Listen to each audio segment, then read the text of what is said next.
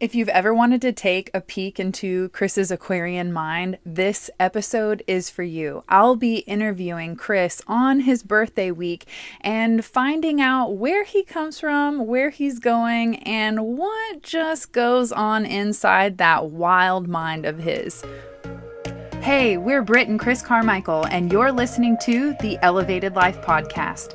Throughout the 16 years we've been together, we've never ceased in our endless quest to better ourselves. We've studied top experts, philosophers, and gurus. After years of personal self-experimentation and working with thousands of clients, we've found the tools for shifting your beliefs, moving through fears, and developing a positive mindset that aligns with your authenticity, integrity, and soul purpose, regardless of your past. If you're ready for a breakthrough, then you're in the right place, because we're here to empower you to take control of your life with simple mindset shifts that create radical transformation.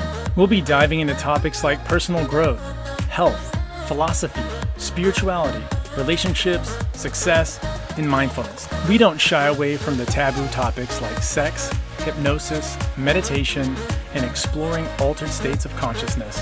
So create some space for yourself and get comfy. It's time to become the badass you were born to be. Oh my gosh, I'm so nervous, to ask you all these questions. Nervous? Yes! I didn't even know you got nervous. I know. I never get nervous until I literally just was going to hit record.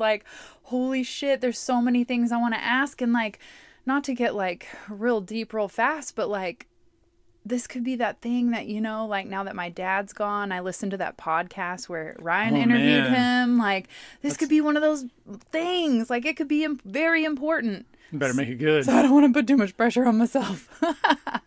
But I do want to start off by saying happy birthday. I love you so much. 41 years on this planet. It has been incredible to be with you for almost 17 of them. And I'm so grateful to have the opportunity to ask you questions, to sit with you in this closet every fucking week and record wisdom and just live life with you. You're the best partner I could have ever asked for, and I asked for you. I dreamed about you. I plucked the flowers. He loves me not, and bitch, he loved me. Okay, and I knew I was gonna find my Prince Charming, and I'm just so thankful it's you.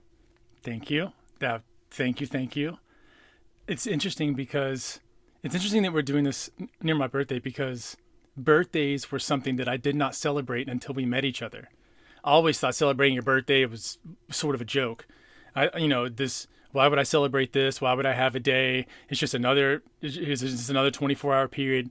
I sort of had that going through my mind, and it sounds so negative, but at the time that's just how it was. I did not consider celebrating myself. I honestly don't know that I even thought about myself that much. And then when you came along, it's birthdays are the most important thing, period. If there was going to be something to celebrate, it would be your birthday. And I'm so thankful that you've taught me to celebrate, even though I'm sure I was resistant, because if it's not what you're used to doing, you're resistant to it. So thank you for celebrating me. Thank you for teaching me how to celebrate. Did your parents celebrate you? I'm sure they did in their own way, but maybe we had a cake. I don't remember getting presents very often. Maybe as a small child, but I think it just kind of faded. Christmas was always a big deal. I think they made a big deal about Christmas, but birthdays not so much. And maybe because it's these days now, everybody goes over the top.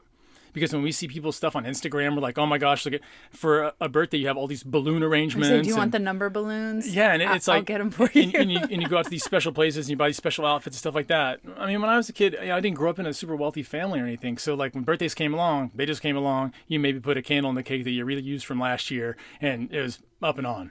Gosh, I feel like where do we even start? I could talk to you for literally 17 more years, and I can't wait for that. But I guess let's start from your childhood. What's your earliest memory that comes to mind right now?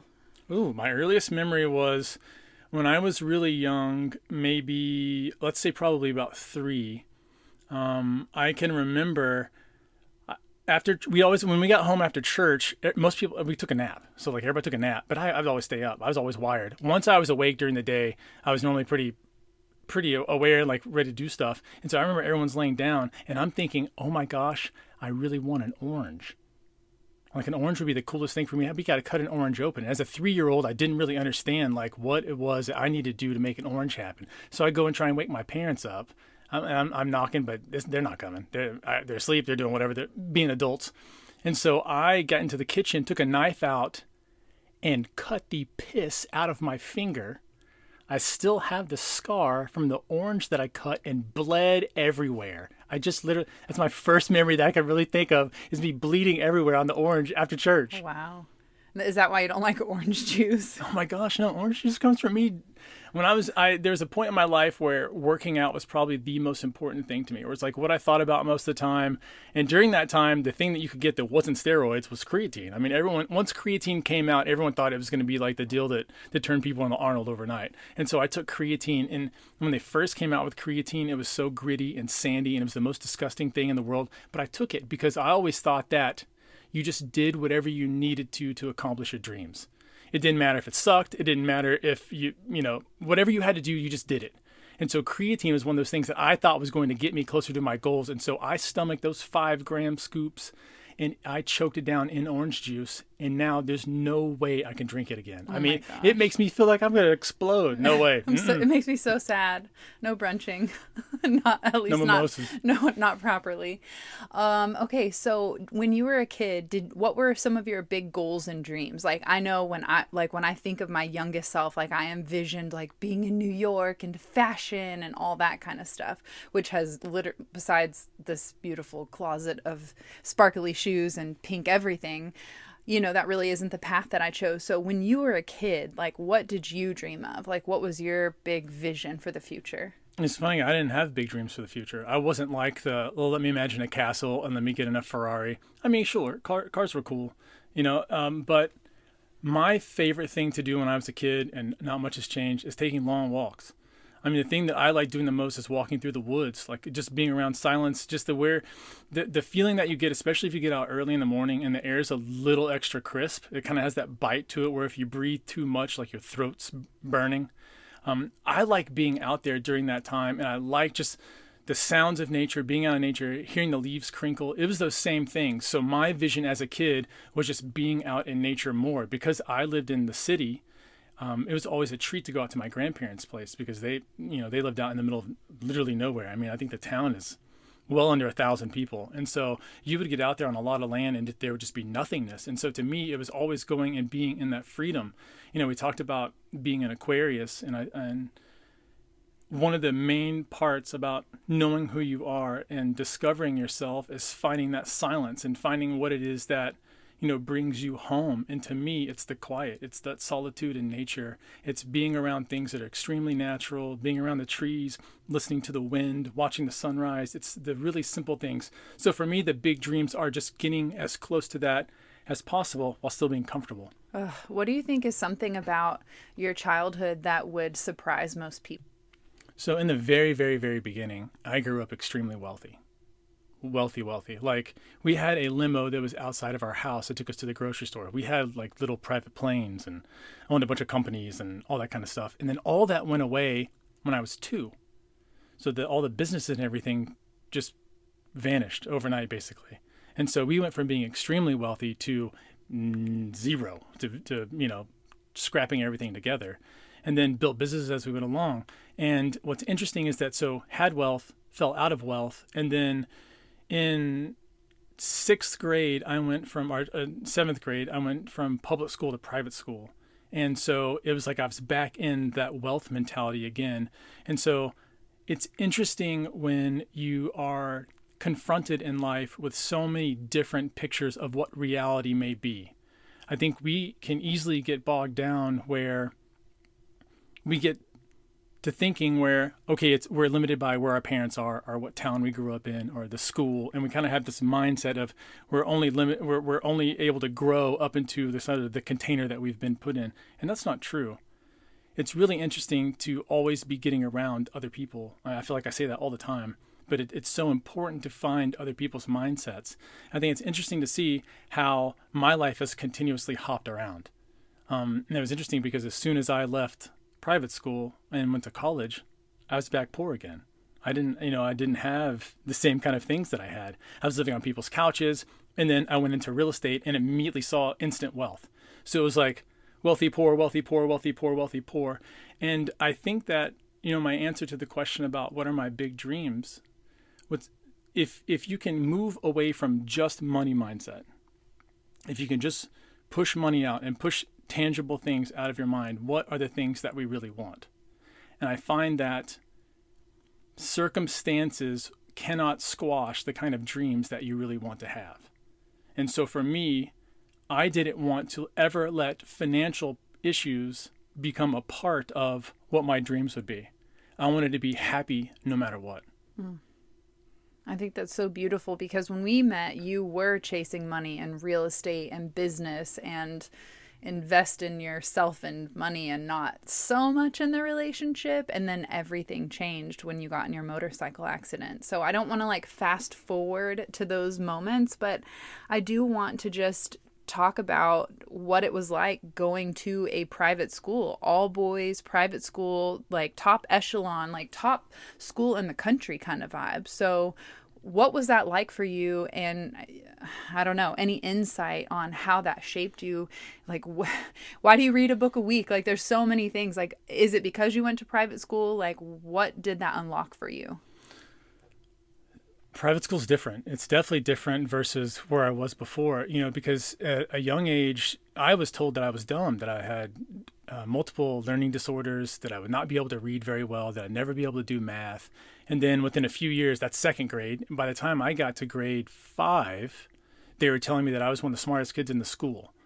And so it was always in this place where who are you really? What are you really? And does anybody know who you really are? And so going to private school was a huge identity shift, because we didn't have super wealthy friends at that time. My dad had business associates that had big business, big nightclubs and things like that, country music clubs.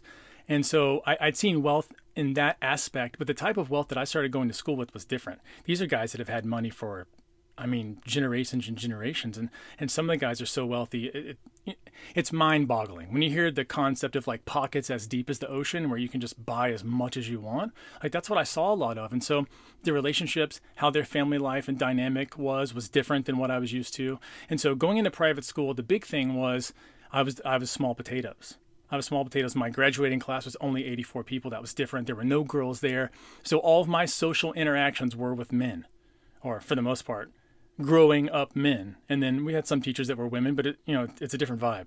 And so for me, it was about figuring out, how can I show up when I'm the small fish? How can I be shoulder to shoulder with everybody and not having the imposter syndrome, which most people fall prey to? How can I show up? How can I feel like I'm worthy of being here? Because we didn't have the wealth, and I'd already been told that I wasn't smart. And so it was figuring out and having the courage to be like, no one knows who I am. I'm going to show them the me that I want to be. And so it was different. I showed up. I realized that I wanted to be the guy who people enjoyed being around. That was how I was going to do it. I couldn't bedazzle people. I wasn't excellent at sports. I didn't have any kind of like amazing knack in anything. What I knew that I could do was that I could prepare myself. If I could out-prepare people, I could always show up and do better than them. Because I was banking on the fact that nobody put in time during the summer. Oh my God, I just had a vision of me walking in from beauty school and you practicing Dance Dance Revolution when you wouldn't play with me. You were fucking preparing. The secret is preparation. So many people are unwilling to spend an extra 10, 20 minutes, an hour a day prepping for whatever it is. And to me, it's always been about the prep work. So when I knew what the curriculum was for the school year, I read it already. I read it during the summer. I learned how to do the math stuff. I memorized the formulas already. So when I got into school, I looked like a genius. People were like, oh, dang, how does this dude know this stuff? I did it months before. Like I'm so far ahead all of the time. And so being able to prep like that allowed me to shine very much easier. And then on top of that, me being able to, my goal was to always magnify other people's strengths. Like how could I find where people were insecure a little bit and not put any kind of light on them on that? And then when they were strong, how could I say something about it? So when someone did something well, I was always congratulating them. Not in some weird way, but I'm like, bro, you nailed it. You killed it. Great job. Great job. It was always simple like that. So it was so much easier for me to fit in anywhere. I didn't have that like, oh my gosh, they're going to be judging me. They're going to be thinking about me. I didn't think about me. I was always thinking about them. That's so beautiful. It reminds me, I also changed schools. Obviously, this is a different interview because I know so much about you. I feel like I also want you to talk about how you even got into private school because, they were telling you that you were stupid and then you were smart. And then it's like, oh, and then the doctor told you were fat when you were 12, which got you into sports and working out. And so it's like all these people shaping your life without really knowing the path that was about to unfold for you. So, I know what it feels like to change schools and like invent yourself and like create that identity. So like, no wonder we're such chameleons. We're like always transforming, and like I think that's our underlying essence. And it's amazing, but that's 2 points now and two different stories and questions that you've talked about. And that is that, being poor, wealthy, poor, wealthy, poor, wealthy, or being in any kind of environment, talking about being a chameleon, the principles are always the same. If you have confidence, if you have courage, if you have the sort of kindness in your heart that leads people to almost not follow you, that's the wrong word, but want to be on your team. Like being like, man, I want to be on that person's team there. I love being around them. If you can have that kind of energy, life circumstances are so unimportant because we can never eliminate tough times. It's not possible. But what we can do is always be prepared for everything. And so that's what you always do, or I feel I've always done, bringing in the energy for each thing that I'm doing. And so it doesn't matter. Chameleon, circumstance, what's happening tomorrow, all irrelevant. It's all just about the energy that you're bringing to the moment. Well, speaking of circumstance, you weren't really dealt the easiest of childhood, which I think also plays a part into, I'm listening to you and I'm trying to be objective, like ask questions like I don't know anything. And you sound like this amazing saint, loving, beautiful soul. But I do know that there was a period of your life where you fucking hated everything, everybody. It was rage, anger. And a lot of that was created in conflict with your father in that relationship. So can you talk about just the childhood dynamic of your parents, of them separating, and circle back around to how that leads into you getting into St. Mark's? Well, my parents separated when I was probably about 4. My mom started seeing the roller skating instructor. Anybody out there roller skates, I love you. I mean, I spent so much time at a roller rink when I was younger. It's awesome though. So my stepdad was my roller skate instructor, and they're still married today. It's amazing to watch their relationship flourish. But and we went skating with him last year. Yes, it was amazing. I've become super close to him. It has been very cool. It's different because everything's always maturing and growing, and that is a relationship that I did not give any care or effort to for a really long time. And as I've gotten older, I've just watered it a little bit more and every chance I get, just little, it's the little stuff, it's just shining a little bit of light on that relationship, and it's really turned into something very cool. I feel honored to be a part of. But to your question, my dad was always a strict guy. Militant style, wanted the room clean, wanted things a certain way. I think that was because of the way he grew up with a stepdad who was the exact same way, real military style. And so he was always hard on me, and he was hard on me because he always wanted the best at all times. And no matter what it took to succeed, that's what he wanted me to be doing. So for a long time, when I actually got into private school, every night when I got home, I had to study in each subject for multiple hours. I mean, it was required. I didn't get to do anything else. I didn't have a phone in my room. He didn't want me to play football. He didn't want me to do sports because he wanted me just all on learning. Just learn. Stay in that private school. Get a good education. Get a good job. It was like that kind of rhetoric for a lot of part in my life. And so I grew up in a strict household. I mean, there was curfew times, basically. It was just everything that I did was in a certain way. There was like a certain line of behaviors that were acceptable. There were certain things that were not acceptable. Couldn't lie or anything. I mean, this sort of things are obvious, but this was held to like a very big standard. And it was weird because just like the other parts of my life that were so flip-flop, when I would go visit my mom, I had no rules. I could do anything that I wanted. I could stay up all night. I could watch infinite movies. I could have 10 girls over. They could spend the night if they wanted. It wasn't a thing where my mom imposed a bunch of rules. Her idea was that I was probably going to parent myself better than she was. And so she let me just kind of have the run. And I never took advantage of that. That was something that maybe I respected. I respected her not having the boundaries so much that it made me never want to do anything. I never wanted to betray her trust or anything like that. And I never have. I mean, they would go out of town. They would be, and they would always joke like, "Oh, don't throw any parties, ha ha." And they knew it. I'm not gonna throw a party. Like that's not me. That's not my style. That's not what I want to be doing. I was definitely dedicated back then to the craft that I was on, which was school, and which was trying to make that portion of my life the best that I could and to enjoy it as much as I could. Now, talking about the anger aspect, so that came really late in my school years. That came in my junior and senior year. And what's super weird about that is we started reading. I got accepted into AP English, Honors English, and all that. Because you put your name on the list. I did. By the way, St. Mark's, he totally fucking just put his name on the list. Sometimes you got to do what you got to do. So I put my name on the list, but I got in. They let me in for whatever reason. So I got in there, and we started reading a lot of nihilistic, or that nothing means anything, or like Albert Camus' The Stranger. We started reading a lot of books, and it really got me questioning the idea of, is life meaningful? Like, what is the whole? And I went down that rabbit hole for multiple years. I had things in my life happen during that time. I had multiple deaths that happened. Long-term animal death happened. A couple people died, and it got me on that, like, what is this crap? Like, what like, why am I waking up to this every single day? Like, why do I not feel fulfilled? Here I am, I'm doing cool things. I was winning awards at that time for different kinds of writing that I was doing. And nothing was fulfilling. I'd had a girlfriend at that time for multiple years already. So, I mean, it wasn't like there was nothing in my life that was off track, but there was nothing that I was happy with. There was nothing. And it's because I had not figured out how to connect with myself. I mean, if you're old enough, you remember those 17, 18-year-old years. It's hard. I mean, hormones are going absolutely wild. You don't have any really concept of what love looks like. You don't know what you're supposed to be doing or where you're at in the world. Some people at 50 don't know that. And so you're battling with so many things inside. And I remember the only tool that I knew, I did not know yoga back then. I did not know meditation. I had no idea what hypnosis even really was yet.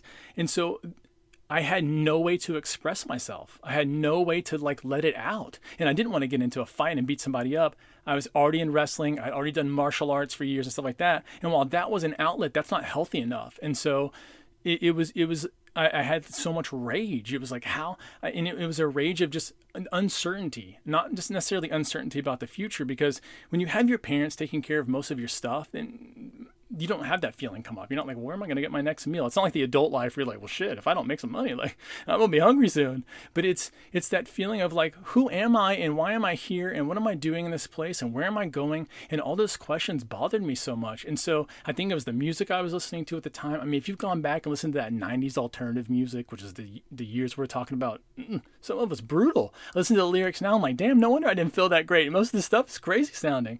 And so it was the combination of so many things. And I knew that I wanted something better. And I think that was the mark, the beginning of any kind of transformation that I've ever had in my life, is that I was a deep want for something better.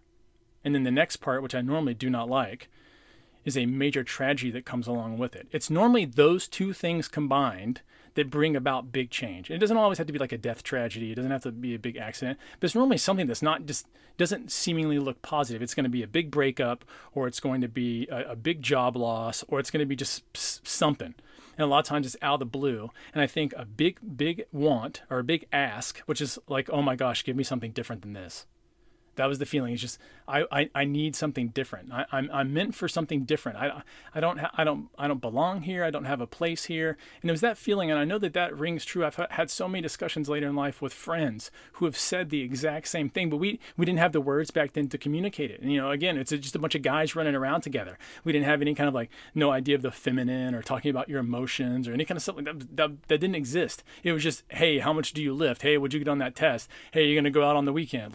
It was never more than that. And so I think it's so important for guys to start figuring out how to deal with your emotions, start figuring out how to express them, start figuring out, at least at a minimum, how do you talk to yourself about things.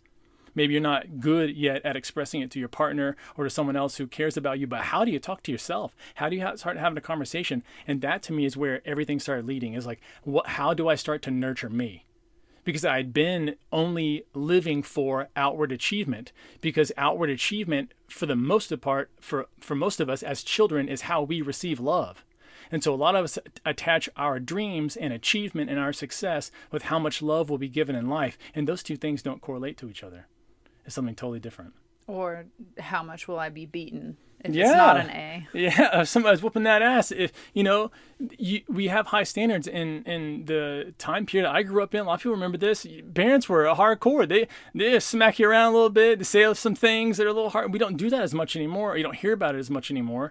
But I mean, that's how most of us grew up that way. I mean, you got the paint stir sticks tied together. You got the belt. You got something. I mean, it was something. Mm-hmm. If you did something, if you crossed your parents in a certain way, something happened. That's probably why my ass is so big, because she's like wailing it with wooden stir sticks and spoons and shit. Like, it just built up toughness, like that callus.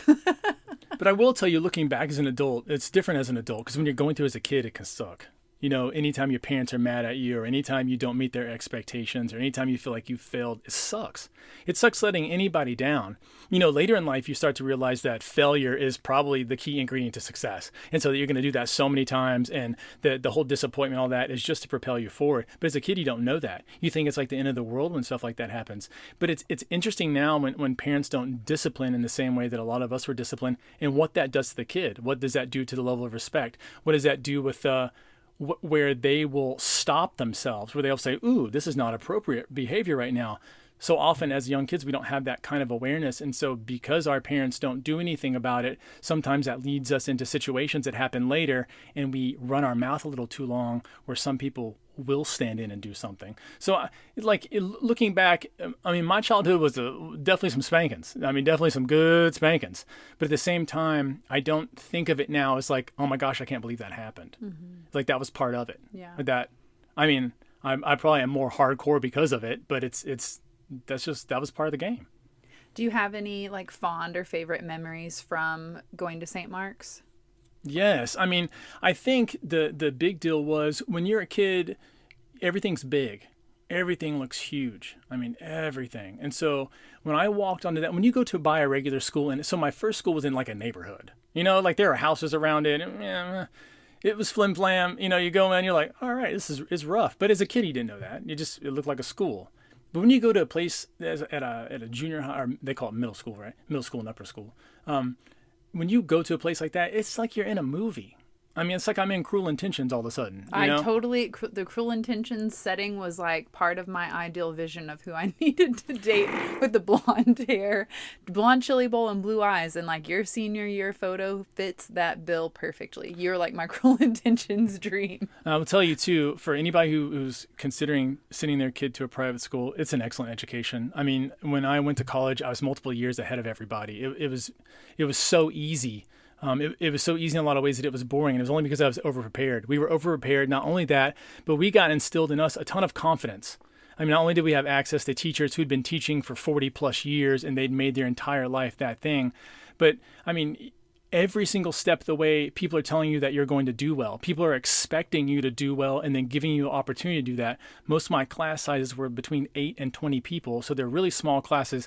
You get individual attention, although typically you don't need that. The teachers there, because of the small class size, know how to regulate if someone's learning a little bit slower or if someone's learning a little bit faster, and move the curriculum in a certain way. I mean, they're pros at doing this. So I have no excuses not to know stuff about book things. I mean, like I was definitely gifted a ton, and I totally appreciate that. Come to find out that, my private schooling was on scholarship, so someone upped the money for that. And, it's one of those things that when we give back, we've been a really big give back family. We give back in a lot of different ways. And to me, when I give back, that's a way that I think about it. I think about that person who will never meet me, who did something that improved my life that I can't even tell them thank you for.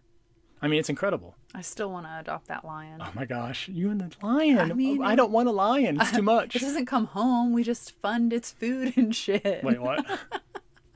Anyway, okay, St. Mark's, going to school, going on scholarship, started in 5th grade, correct? fifth grade was the first teacher that believed in me and pulled me aside one day and said, hey, I need to talk to your parents. We need to have your parent at a conference so that I can tell them that I think you would do much better at a different school. I think you have big potential, which is very important. The mentors that come around in your life and tell you things, especially at early ages, are very important. Even the ones that tell you bad things, only if it propels you to change. But that teacher, Scott Perkins, I love you, man. Oh, Scott Perkins.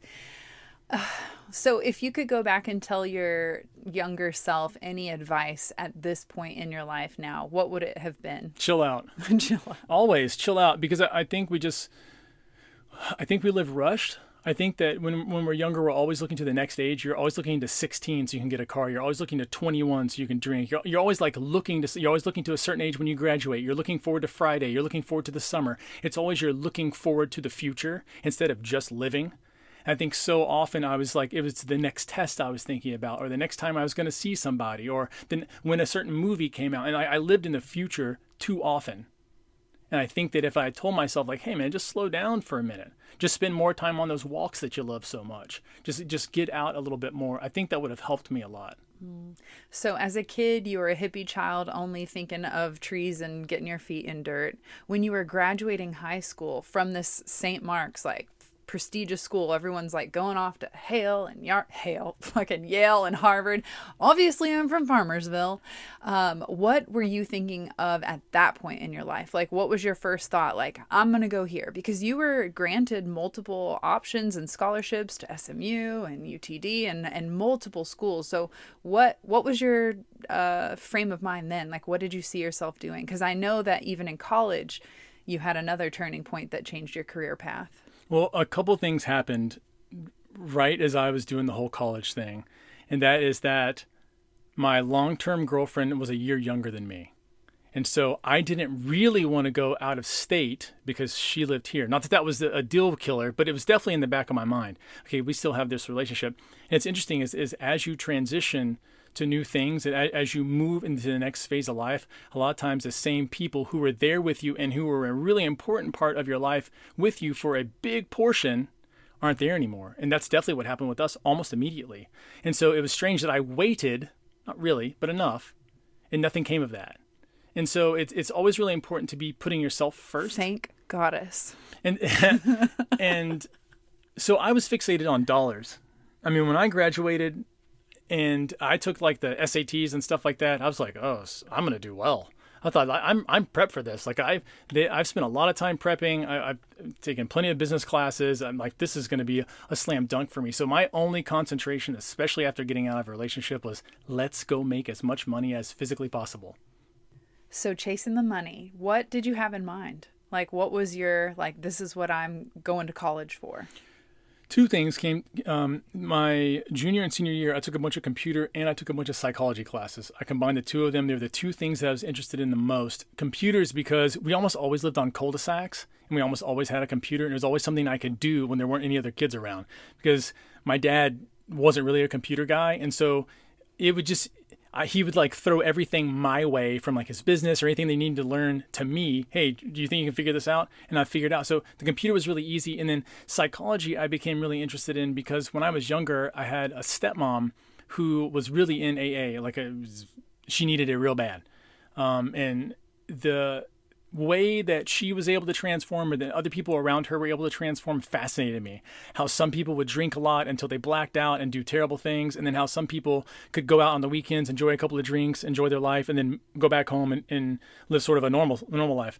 And so I was always curious about what made one person do one thing and another person do another thing, and is there a way that we could make that switch happen? So when I was going to college, I'd already been offered a job my senior year, doing a computer, creating for scripts in Hollywood. They wanted to create some sort of script program where they wanted to pay me $100,000 right out of the gate. So I had no college experience. I had not graduated high school yet, and I got offered six figures, and I turned it down because it did not sound interesting to me.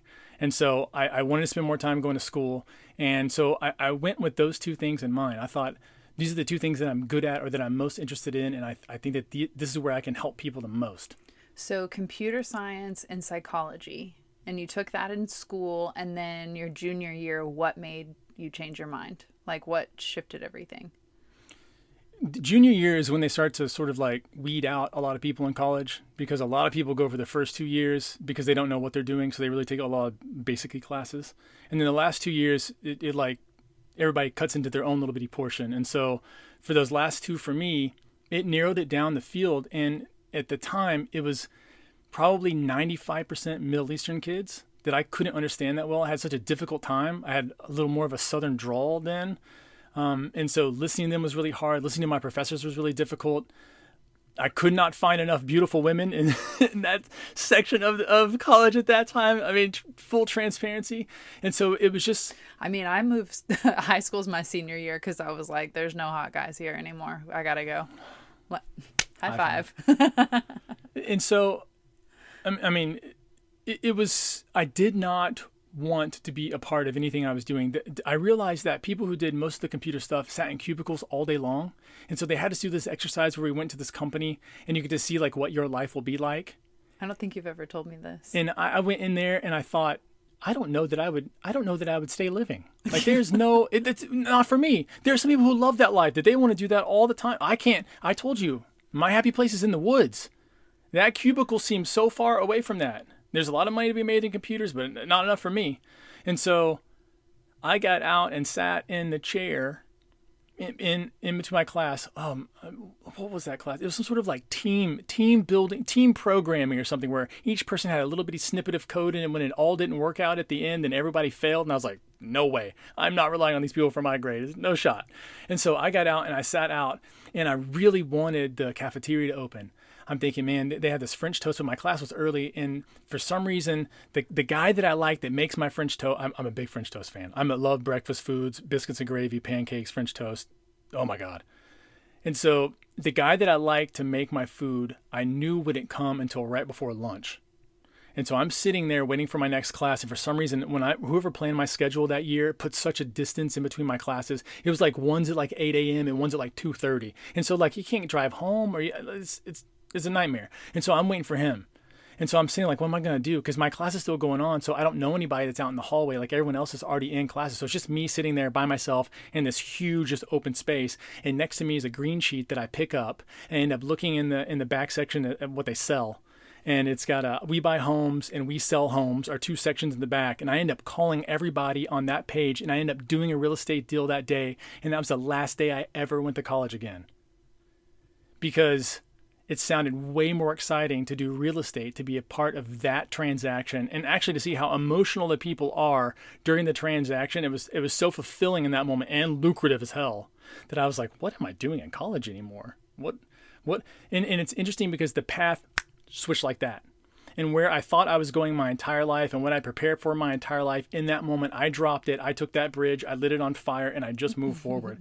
And I think it's so important that at any second that you feel called that life needs to be different, that there is something that pulls you in a different direction, that's something that you just want something so much more than what you're currently doing, punt. Like, just drop it and get rid of it. I know so many people like doing it the slow way, and like, I'm not that way. If we tomorrow decided that we're going to go on a completely different diet, I would take every single thing that we had in the fridge that we couldn't eat anymore. I would throw it in the trash can or throw it out to the birds, and we would move on tomorrow. Not exactly. My pickles. We'd be done. And so for me, that was the way that I always wanted to do it, so that I didn't have to continuously modify myself. I would just reinvent myself. Like, I'm not Chris the computer guy. I'm Chris, I do real estate transactions. It's different.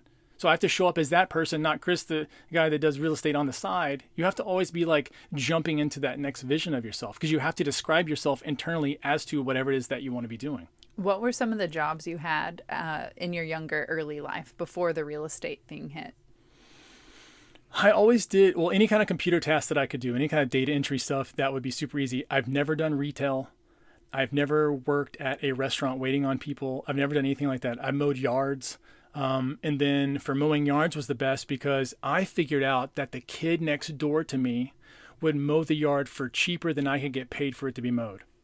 So he would do it for 15 and I could get 25. And so he would mow the yard and I would just keep the 10. I mean, I figured that out from an early age, that there are people who, for whatever reason, don't want to do the like marketing or like the sales portion of the transaction, and they would rather just do the labor portion. So I found that out. That's what I did. I made money from him doing the yards. Entrepreneur from the jump. Yeah, you just, there's always so many little businesses that you can set up. There's so many different parts of things that you can, like, money's always around us. That's why it's not part of my dream, because I always think of money as being something that if you will think of new ways to go out and get it, there's always an opportunity. I mean, turn on Shark Tank, talk to people who are entrepreneurs. They're always doing something different, and they almost always have multiple streams of income. And so that always interested me. I never wanted to be, because we went super broke as a kid, like I didn't really want that to be a part of my life. So the entrepreneurship journey was definitely, I knew, going to be for me. Plus, I've never been really a good rule person. I'm not that person. So Have you always been into reading? I got into reading during that second grade thing, because it was actually the reading. So in second grade, they really started teaching us, let's get the books out. Let's start teaching these kids like how to do some stuff. And so they separate us into little groups, and I got in the blue folder group. And the blue folder group was the kids that they deemed, should go back home instead of being in school kind of kids, like we're going to need a lot of special help over here. And we lived during that time, again, on just no one else on our street. We lived on the same road as a library. At the very end of our street was a library. Probably the best gift I ever got as a kid was that right there.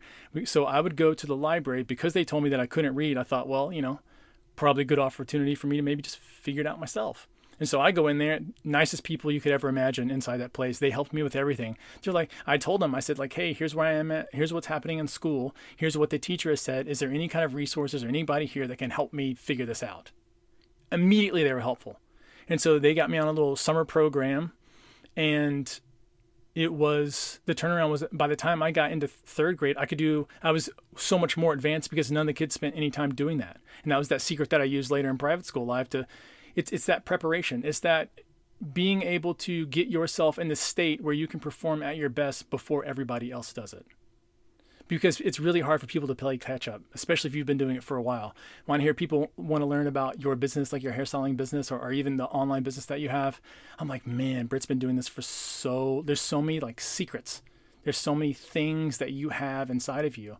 And so it was really great for those librarians and the other people to have sort of bestowed some of those on me. They taught me different techniques to use with my fingers when I went down the page and different things to help my reading comprehension. And so I just improved. And so whenever we came back to school, no one had done anything. They just played the whole summer. And instead for me, for at least 1 to 2 hours every single day, I only read. And so I've kept that up. So they said, the librarian told me, if you really want to do this, it's a book a week. We want to put you on a book a week program. And so I never stopped that. I did start cheating though later when I got in life, because I figured about audiobooks. I figured out that libraries have audiobooks. And so when I wanted to do long readings for school, I was never interested in the school work, the school readings that much. So I do them on audiobook. So I didn't have to actually, read. And then I would just read whatever I wanted on my own free time. Do you have a favorite book? Ender's Game is, I think, still my favorite book. Orson Scott Card, Ender's Game. It's a fiction book, which I almost read all nonfiction these days. I try to throw in the random every now and again, but I think it was the best. And maybe I identified with Ender a little bit in the story. It's a movie now too. The movie's not. I mean, the book's where it's at. Any other book recommendations for people? Oh my gosh, there's millions of good books. There's millions. I mean, the 3 that I read every year: Think and Grow Rich. That's if you want to get your financial ideas going correctly, by Napoleon Hill, the 1937 version. Psycho-Cybernetics by Maxwell Maltz is the second book that I always read. And then The Power of Now by Eckhart Tolle is still one that I always come back to. And mainly it's because it's one of the few books it's not written in a system format.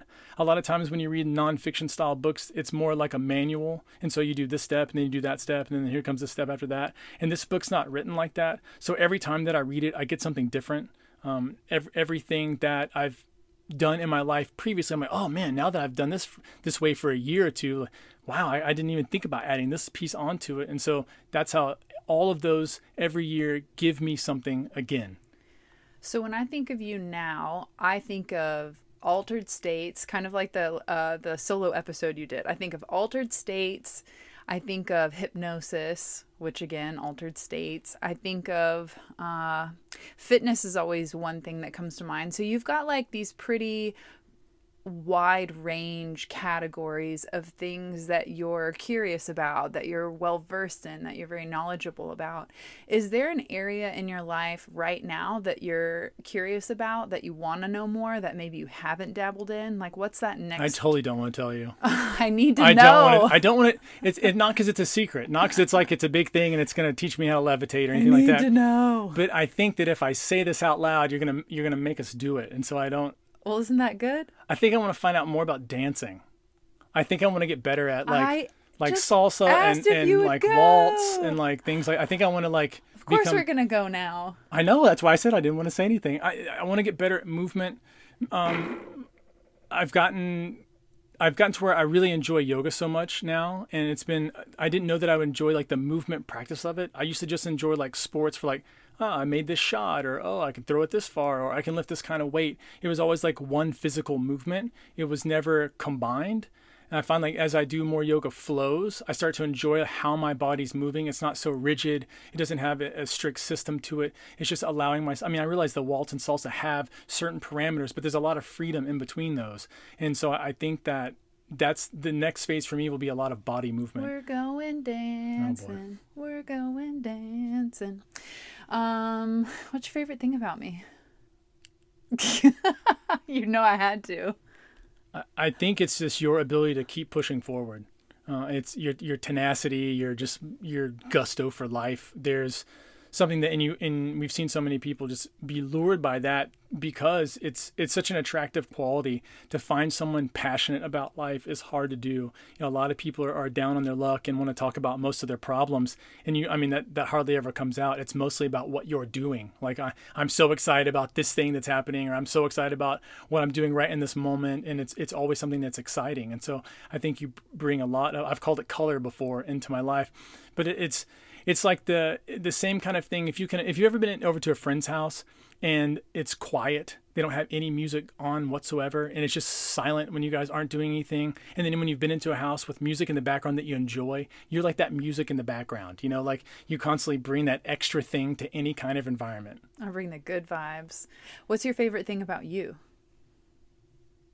I think probably my ability to figure things out. I never worry like if something is it going to be too hard or is this going to be doable. I always feel like I've got this. There's very, very, very few times in our relationship that you have like freaked out and lost your shit. Like, oh no, like fuck, what's gonna happen?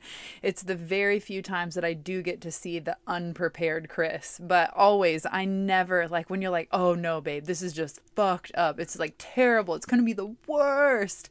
I just take a deep breath and I'm like, let him burn through all his whatever he's going through, because he's going to figure it out. I always have faith that no matter how bad it is or how much you delete it or how whatever, I always know that even in those very rare cases of you freaking out, that you'll figure it out. Oh my gosh, that reminded me of the time that didn't work out, and that is when I lost all my notes. Your notes. Oh no. Oh, I'm a big note taker, and I lost my entire. If you can imagine that you'd been writing in journals for the last, let's say, 4 or 5 years, and then suddenly all of those journals were just gone. They were all gone. Ugh. I had to recreate. It seems like some past life trauma. It's important to realize that so much of this stuff you can't take with you. So whatever you have that's in the space in between your ears, that's what you've got.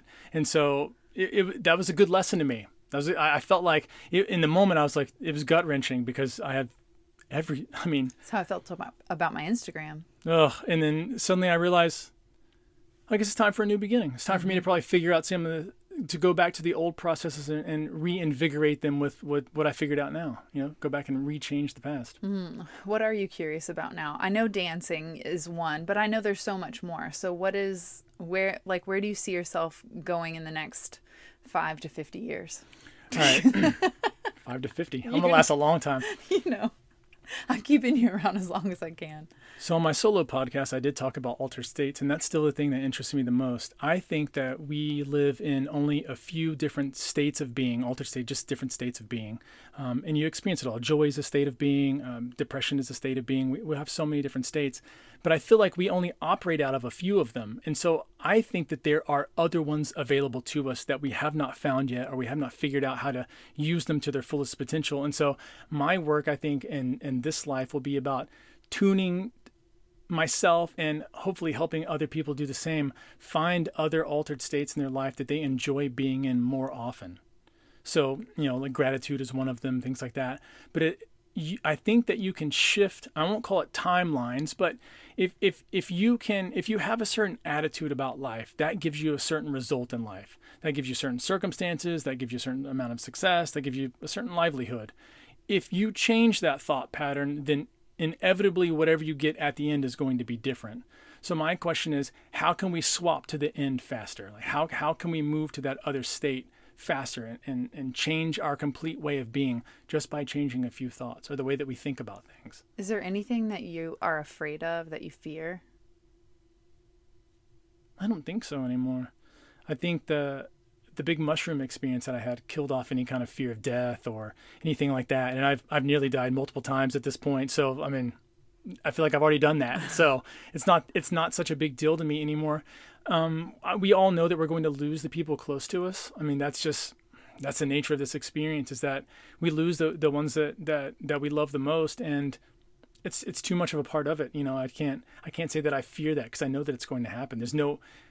The fear won't change it. So I'm not playing into that. What advice do you have for someone that loses someone that they love? Because we know it's going to happen. So like what's the wisdom that you've learned so far in experiencing loss? Well, let yourself feel the emotions.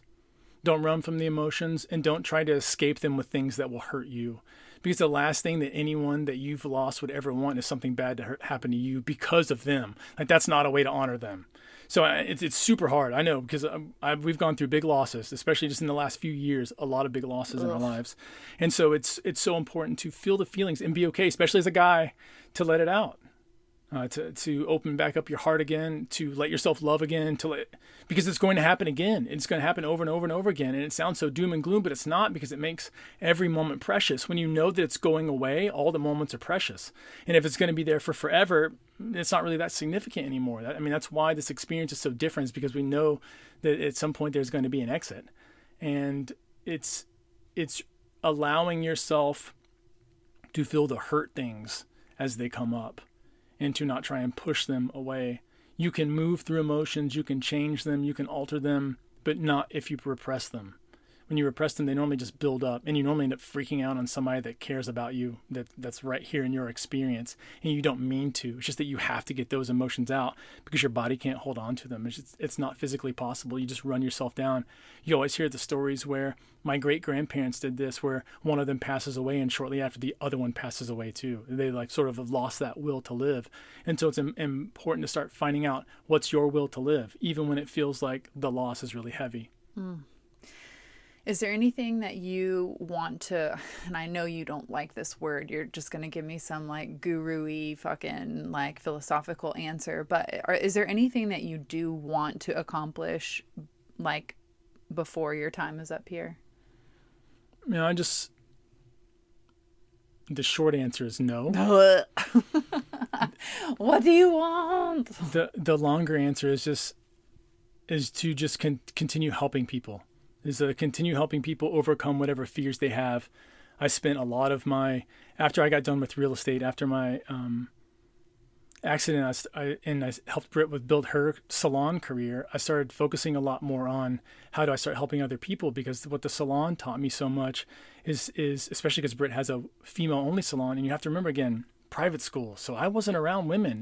My mom and my half sisters is the most that I really got, in the girlfriends that I had. So it's very few experiences where women had an open opportunity to say truthful things to me.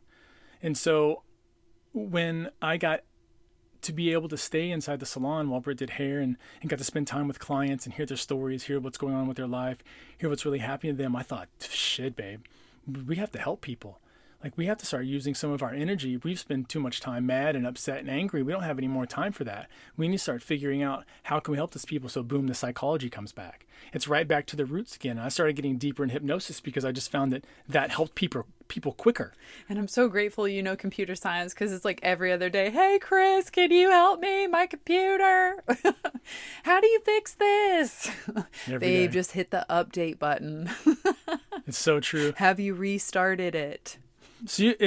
I love having multiple skills, and there are going to be different times where you walk away from that, and sometimes you end up coming right back to it. And there's not any kind of part that I've regretted or any kind of path that I've gone down that, everything played a part in the next piece of the puzzle. And I think we're just going to the next piece of the puzzle. And a lot of that, I'm sure, will just tap into whatever skills I've developed so far. I'm sure there'll be more that come along. I've been meeting a lot more interesting, really fascinating people over the last few years. And I feel like that's going to open up even more relationships, more opportunities to help people. I'm super interested in our own retreat space. I've been loving hosting retreats with you, just seeing how many people are able to transform their lives in a short period of time. To me, that's the most meaningful thing I can be doing. If I'm not just hanging with myself and walking through the woods, the other thing I want to be doing is helping people find that thing that made me so angry when I was younger. And that's trying to discover who I am, trying to pull out my talents, trying to get better at whatever weak spots that I have, trying to connect with other people in a better way. And to me, that's sort of where I want to see all of life go. Everything that I do should be an effort toward that. What's your Achilles heel? Sometimes I can be really callous. When people have problems and things like that, I am in my brain. I don't always immediately empathize with someone. It's easy for people who are empaths to do that, but that's not normally how I feel. I'm always immediately thinking about the solution or putting myself in their shoes and trying to figure out how I would fight out of the predicament that they've gotten themselves into, or what kind of advice might I give. And so for me, the callousness sometimes comes out. And I know it rubs people the wrong way sometimes, but I'm always after same problem you've got sometimes. You're a little more hardcore vocally about it, but I know when you look over at me, you're like, I don't feel that's my kryptonite, bro. I love it. That's my fucking skill and power. See, it's all about perspective. But sometimes I don't like. I hear the person talking. I see that their emotions, but I've got the ability not to absorb it, and which I think is a great thing to do. But sometimes it puts that person in a position like, oh shit, here we go. I guess that's the different perspective from someone who is very empathic versus more logical. The other thing too is that sometimes I can be less spontaneous because I prepare so often. Oh, this is the worst. Because because I think through things, because it's been very successful for me. It's worked so well for me to do that. It doesn't work for me. Yeah. But you'll get us in situations where you shouldn't be spontaneous. And you should, so there's definitely a balance to it. And I think that's really all of our Achilles heel is the ability to balance. It's the ability to balance the things that we enjoy or the way that we've been operating with the opposite of that. So because I am very logical and because I do think through a lot of things, the spontaneity flies out but it's been different. I've learned so much more. That's why it's not a big deal like it used to be, because I've learned that there's so many excellent opportunities in life that I can't dream up. There's so many things that I couldn't think about while I was preparing. There was a miracle that only worked if I got out of my own head and got out of my own way and did it a different way. And so it's being open to both. And that's why I like trying both out. I'm totally fine with that. The experiment is fine with me. Let's try it out. If it works, let's do it. If it doesn't, let's get rid of it. What's the best piece of advice you've been given? This comes from the sage wisdom of my mom. She always says, the answer is no if you don't ask.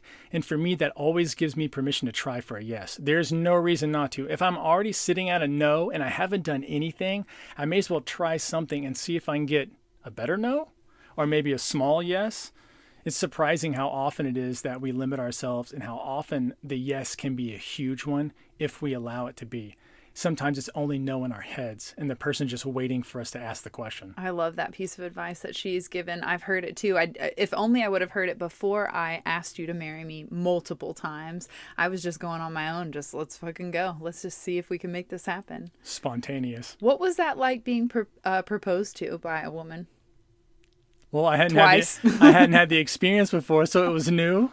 Really? But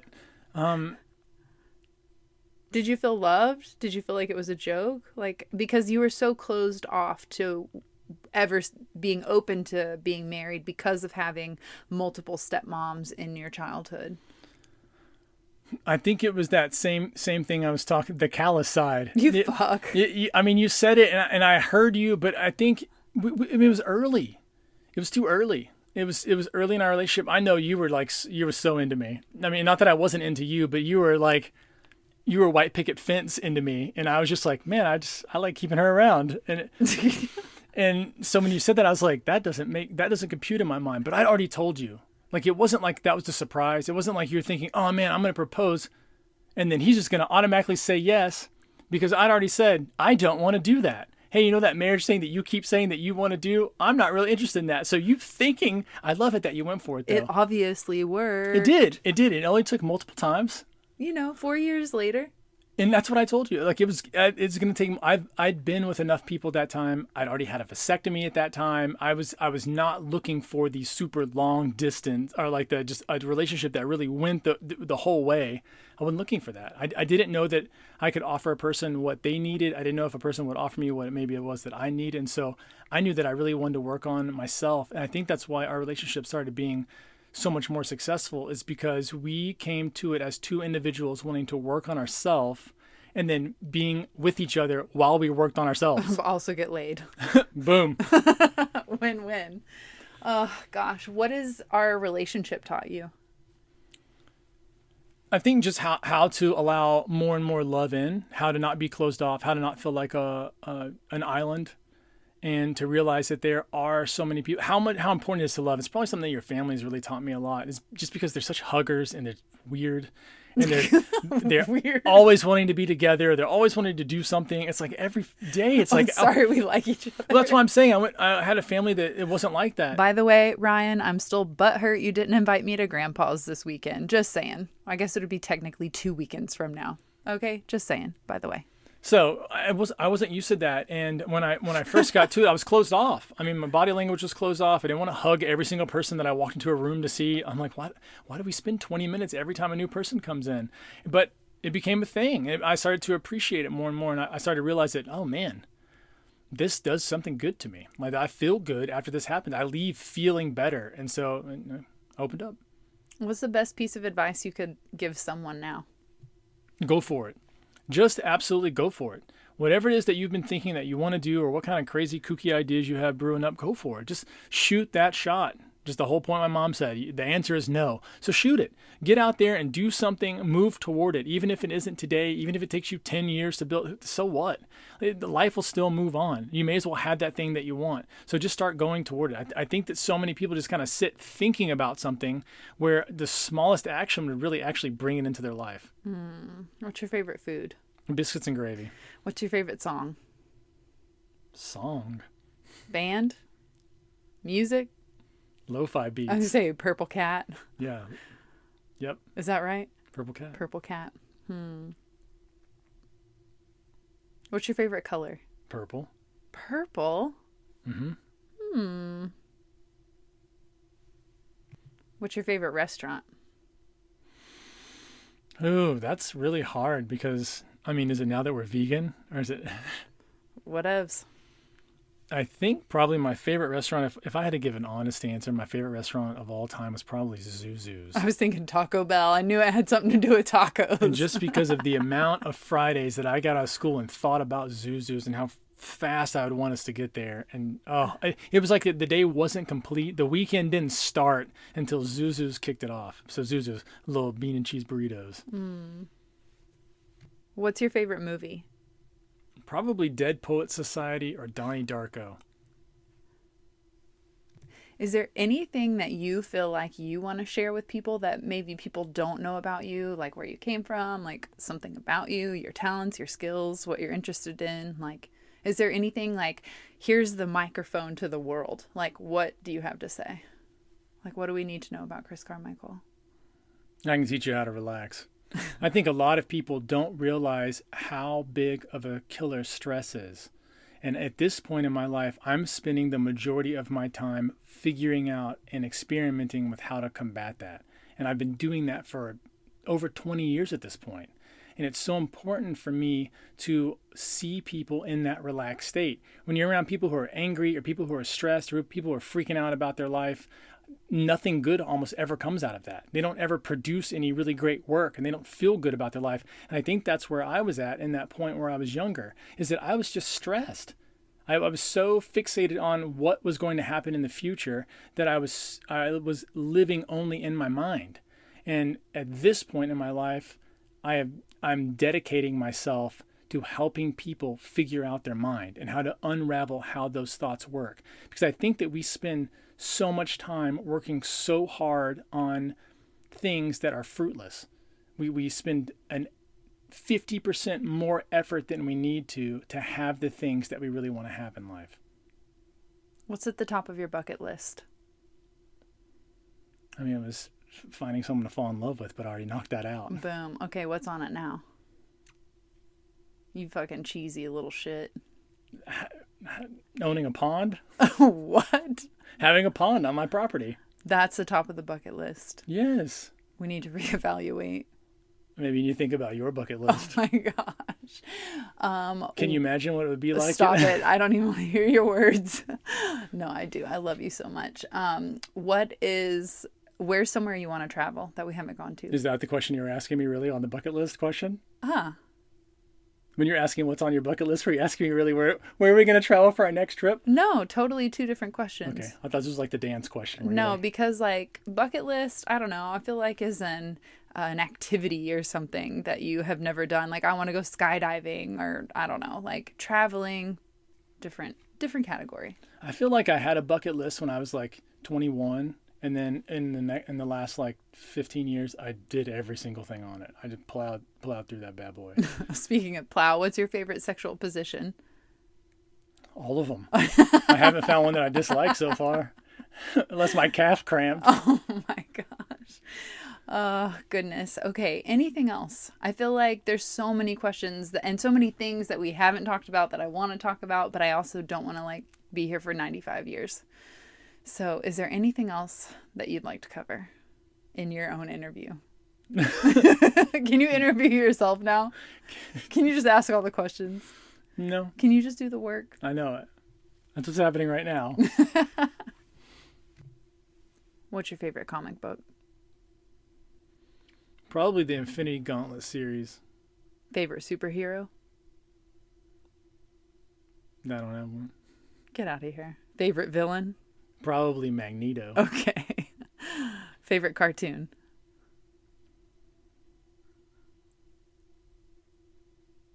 Wile E. Coyote. Oh, okay. What's your favorite memory with me? As cheesy as it sounds, it was probably our wedding. And it's mostly because you spent so much effort on our wedding. It was such a, like the everything was such a big deal to you. Every little detail mattered. And there's so many people who helped us make that moment happen. I mean, we had a crew of people helping us. And just seeing you that day, seeing you get emotional while you're reading your vows, just that whole aspect, which is not something I thought I would say, but it was just, the whole moment was really beautiful. I've had a lot of people talk about our wedding and how they want to make their wedding something similar to what we were doing with ours, because it was different. I mean, we got tattooed. It wasn't a preacher up there. It was your aunt. I mean, it was just like everything was a little bit different. And cereal bar. I was going to say, besides the cereal bar, what was your favorite part of the wedding? I mean, probably those strawberry margaritas. Well, yeah. And I don't even like to drink. It was amazing. The love. I mean, there's so much love at that place. Sometimes I've been to weddings now and they feel a little stiff. You know, it feels like people are going through the motions and they say the certain things, but there's no energy behind it. The people don't look passionate about each other. They kiss each other like it's your grandma, or maybe not your grandma, but the average grandma. And it's weird because you're like, are these people actually in love with each other, or did they get married just because? And so I felt like what our friends did and what our family did was there was so much love. We had Rupert there. Mm-hmm. It was amazing. He was in a tux. It was incredible. The whole experience was way better than I thought it would be. What has Rupert taught you? Oh man, he's definitely another how to love. Rupert he does not want to leave my side at any moment in life. If I can be right there next to Dad, that's where I want to be. And he's so faithful. I'm pretty sure I can hear him whining in the other room. He's like, missing where's me. Dad? He's missing me. Where's my dad? Yeah, he's so loving. It's amazing. What has Noodles taught you? Oh, how to not care what anybody thinks. He's vicious. He definitely does not care what we think. He's savage. All right. Is there any last words of wisdom or advice, or you just flopping your head around, that you want to leave us with? This is your birthday week, 41. Birthday wish. Let's leave it on that. What is your birthday wish for 40 fun? More time relaxing. I love that. Well, my ass is numb, and I feel like we've covered a pretty wide range of things all about Christopher Don Carmichael. I love you so much. You're my favorite human in the entire world. There's no one like you. Even when you frustrate me, I still look at you with so much love, and I'm just so grateful for all of everything. What's your favorite thing about me? My favorite thing about you is that you are fiercely you. You are so independent in what Chris Carmichael wants to do and wants to experience. Not that you abandon other people's things, because I feel like there's so much of your life that you are prioritizing my wants and neediness and all the fucking things. But in between those times of not serving me, which is so beautiful, your devotion, you are so fucking weirdly you. And I love that. You don't give a fuck if your answer is no, if you make other people uncomfortable with you standing in your truth. That callousness. It's a beautiful thing. It's not the callousness that I'm talking about. It's just you choosing you. And I think that is a really beautiful thing, that so many people are people pleasing or faking or whatever. But I know without a doubt, like when Chris Carmichael says he wants to do this or that or whatever, like it's not any other reason, but that's what Chris wants. So thanks for choosing me, because I really love that. My favorite thing about you is that you love me so much. No, I'm just kidding. It's just, you are so wise and so smart. And what's really fascinating and what I think people don't know about you is that you are incredibly intelligent and loving and caring and wise, and your level of information could help literally anyone and everyone on this planet, but you don't put yourself out there to be like, look at me, I know the answer, let me help you, let me fix your problems. You have a really beautiful way of letting people come to it in their own way, and if you happen to be on that journey with them, you'll throw that little nugget of wisdom out there. But you're not just, I just think about that time we were at, you know exactly where we were at B-Raw, and that guy was talking about cancer and healing through food, and you didn't say a word. You just held space and offered love, and I kept punching you in the arm like, get up there and talk, help him, tell him the things. And I don't know, there's just something about you not always infiltrating your opinions or your wisdom or your help and love. I don't know. It's just different. I like to picture, like, I've got this. I'm going to fuck everyone up. I've got this idea in my head that I've sort of got this like party yacht kind of out in the middle of the water. And it's, if you catch a glimpse of it from a distance, you should come over and hang out for a bit. And that's how I attract people in. The people who are meant to be, in my experience, come to me. And the people who are not, don't. And so a lot of times what I'm looking for is who's going to end up showing up in this experience, because those people, I want to invite them on board and have a great time and then send them off to do what it is, whatever beautiful things they're going to do in their life. I think there's so much about people sometimes when you're helping others is really ego driven. I want to be that person who does that. And I want to be that for them. And I don't want to be that for anybody. I mean, if I can help, I want to, but it's not a place inside of me where I have to be that person or I don't feel good. I'm just living life, and I'm just trying to help as much as I can, but not pressure anybody into it, not force my ideals on somebody. I think that's crazy. I just want to see people live their own lives. If I can improve it, I will. Well, I think that's the most beautiful wisdom to leave on, and I just wish you the most wonderful year ahead with all the sparkle magic and all the color and all the spontaneous adventures that we're going to go on. I love it. I love you so much. I wish you the best. Thank you, love. Thanks for sharing all of your wisdom and insight. If you guys loved this podcast, let us know what was something that you were surprised to learn about Chris. Or if you have any other questions, reach out, let us know, and we'll give you a special DM answer for any questions that we didn't cover here on the podcast. Thanks for tuning in this week. Everyone, wish Chris a happy birthday at Hey It's Carmichael on Instagram. Be sure to tag him, let him know you love him, and thank you so much for tuning in and sharing all of your love and support. Until then, we'll catch you next week. Peace. Thanks so much for tuning in to the Elevated Life podcast. If you loved this episode, please share that love by leaving us a 5-star review and spreading the good vibes on social. You can tag us at the Elevated Life Club. Want more wisdom from us? Become an elevator by joining us inside our monthly membership club at theelevatedlifeclub.com to discover mindset upgrades, lifestyle hacks, and spiritual tools to elevate your soul. Each month features a live group coaching masterclass, guided meditations, yoga practice, and more to help you transform your life one step at a time. It has all the tools, coaching, and community you need to level up, progress every month, and keep going in every area of your life consistently over the long term. Join us in the club and start your transformation today by signing up at theelevatedlifeclub.com.